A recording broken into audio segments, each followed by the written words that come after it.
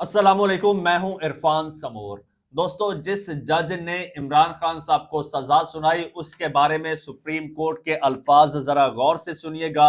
ये जज किसी भी अदालती ओहदे के लिए मुकम्मल तौर पर नाअहल है और तमाम अदालती इख्तियारात इससे वापस ले लिए जाएं और इस जज की जगह किसी और सिविल जज को तैनात किया जाए।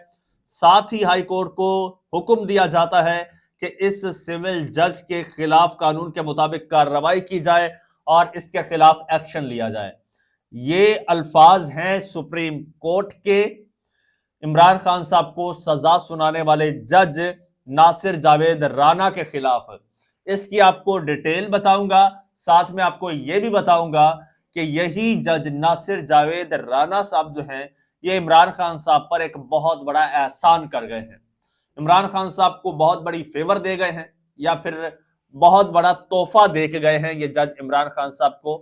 अब उसके पीछे वजह क्या है वो भी जानने की कोशिश करेंगे।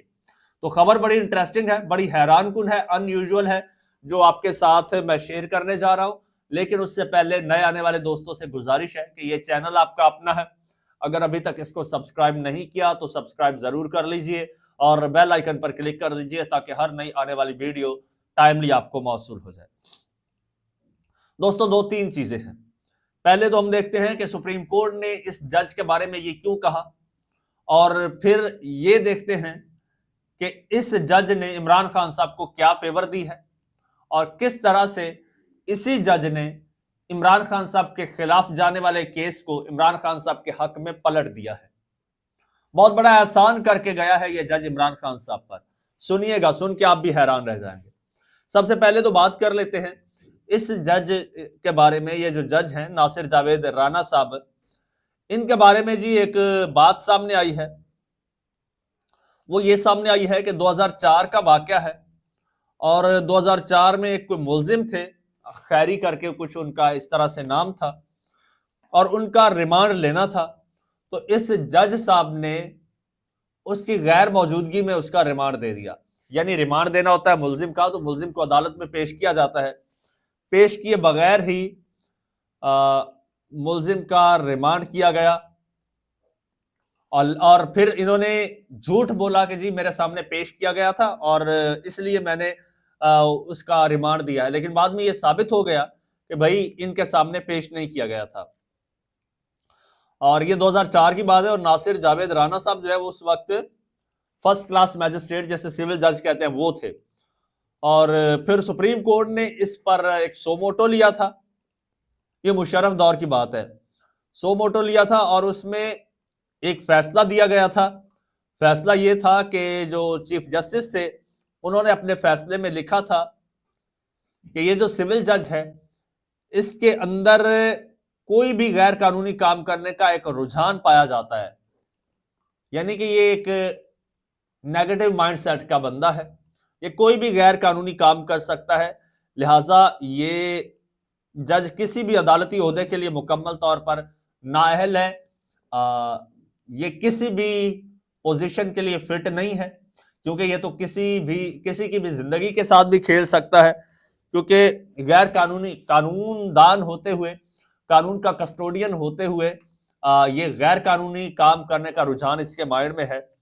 और फिर ये हुक्म दिया था कि तमाम अदालती इख्तियारात इससे वापस ले लिए जाएं और इस जज की जगह किसी और जज को सिविल जज तैनात किया जाए। साथ ही हाई कोर्ट को यह भी हुक्म दिया गया था कि नासिर जो राना साहब है, नासिर जावेद, इनके खिलाफ कार्रवाई की जाए, इन्वेस्टिगेट किया जाए और इनके खिलाफ एक्शन लिया जाए। और उसी जज को जनाब नैब जज आजकल लगाया गया है और नैब जज ने फिर तहकीकात की। तहकीकात करते हुए इमरान खान साहब के खिलाफ फैसला लिखा और फैसला लिखते हुए इमरान खान साहब को 14 साल प्लस कुछ जुर्माना भी किया और इमरान खान साहब की जो बेगम है उनको 7 साल और साथ में जुर्माना किया, कैश जुर्माना। ये सजा इन्होंने सुनाई है नासिर जावेद राना साहब ने। लेकिन यहां पर एक और बड़ी गैर मामूली चीज नजर आई है, वो ये कि 3 बार ये फैसला मौखर हुआ, चौथी बार उन्होंने फैसला सुना दिया और फैसला जो सुनाया है वो इमरान खान साहब के खिलाफ आया है। लेकिन जब फैसला पढ़ा तो फैसले में कुछ ऐसी चीजें लिखी थी जिससे साफ जाहिर हो गया कि फैसला या तो इन्होंने लिखा नहीं है, और इन्होंने लिखा है तो इन्होंने बड़े प्रेशर में, बड़े दबाव में आके लिखा है, और जो इन्होंने सजा सुनाई है वो सुनाना नहीं चाहते थे। इनकी तहरीर से लग रहा है कि ये सजा नहीं सुनाना चाहते थे, इसलिए इमरान खान साहब को रिलीफ दे गया। वो किस तरह से? उन्होंने एक बहुत बड़ा लूप होल छोड़ दिया है इस केस में, एक बहुत बड़ी झोल छोड़ दी है, और इतनी बड़ी झोल है कि ये जब केस जाएगा हाई कोर्ट में तो इस झोल की वजह से यूं केस उड़ जाएगा, यूं। अब झोल क्या है वो भी बताता हूं, और उसके पीछे दो रीजंस भी बताता हूं।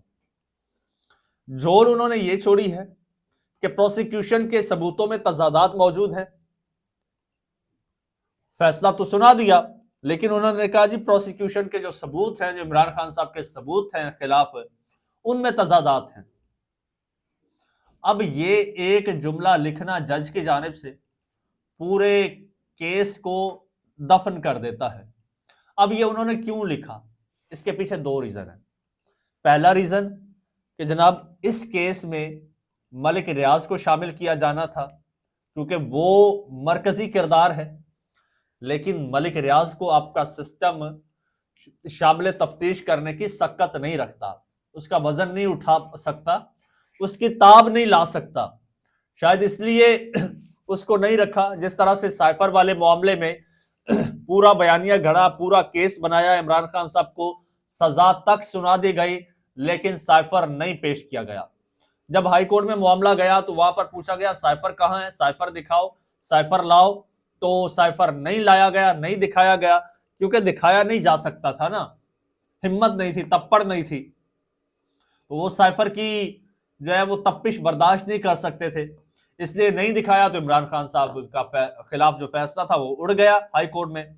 अब यहां पर भी ऐसा हुआ है, सबूत नहीं दिए गए, जिस वजह से फैसला तो सुना दिया गया, हाई कोर्ट में उड़ जाएगा ये फैसला।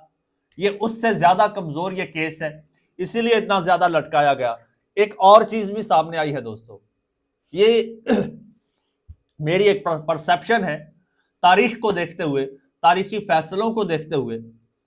अब नवाज शरीफ साहब को जब सजा सुनाई गई थी ना, तो नवाज शरीफ साहब को सजा सुनाने वाले जो जज थे वो एक निजी तकरीब में थे, प्राइवेट पार्टी में थे। वहां पर उन्होंने एक बात कही थी, उन्होंने कहा था कि नवाज शरीफ साहब के खिलाफ सजा बनती नहीं थी, लेकिन मेरे ऊपर प्रेशर इतना ज्यादा था कि मुझे ये सजा सुनानी थी, हुक्म मिला था कि सजा सुनानी है, हर सूरत सुनानी है। तो मैं ये भी नहीं चाहता था कि नवाज शरीफ साहब के साथ ज्यादती हो, और अपनी भी जान बचानी थी। तो मैंने क्या किया कि मैंने केस को इतना कमजोर बना दिया, ऐसे लूप होल्स छोड़ दिए, ऐसी झोल छोड़ दी कि नवाज शरीफ साहब अगर उस पॉइंट को लेकर हाई कोर्ट में जाएंगे तो उनका केस उड़ जाएगा। और फिर नवाज शरीफ साहब ने ऐसा ही किया, वही पॉइंट रेज किया जाके हाई कोर्ट में, उसी पॉइंट की बुनियाद पर नवाज शरीफ साहब का वो केस फिर खत्म भी हो गया था। तो जजेस समटाइम्स ऐसा भी करते हैं। अब ये नासिर जावेद राना साहब जो हैं, ये सिविल जज हैं, नैब जज हैं इस वक्त, तो इनके ऊपर क्या प्रेशर नहीं होगा? क्या इन्होंने प्रेशर में ऐसा किया है? जिस तरह से केस चल रहा था और ये फिर डिले होना, फैसला ना आना, तो पता चल रहा था कि पीछे बैक एंड पे बहुत कुछ हो रहा है। लोग तो ये भी कह रहे हैं कि 2 फैसले लिखे गए थे, ARY ने भी 2 फैसले सुनाए, पहले बरी कर दिया, रिहा कर दिया, और फिर दूसरे में सजा सुना दी। तो ये कहा जा रहा है कि यहां पर भी 2 फैसले लिखे गए थे, या फिर इनसे लिखवाए गए थे जज साहब से। तो वो सीन है जनाब। बहरहाल जज साहब ने ये कर दिया है, किस वजह से किया है, पीछे क्या लॉजिक है, लेकिन कर दिया है। तो इसका फायदा सरासर इमरान खान साहब को होगा, हर सूरत होगा, और इमरान खान साहब इस केस में बरी हो जाएंगे, और बहुत जल्द बरी हो जाएंगे। चैनल आपका अपना है, अगर अभी तक इसको सब्सक्राइब नहीं किया तो सब्सक्राइब लाजमी कर लीजिए, बेल आइकन पर क्लिक कर दीजिए, और मुझे इजाजत दीजिए।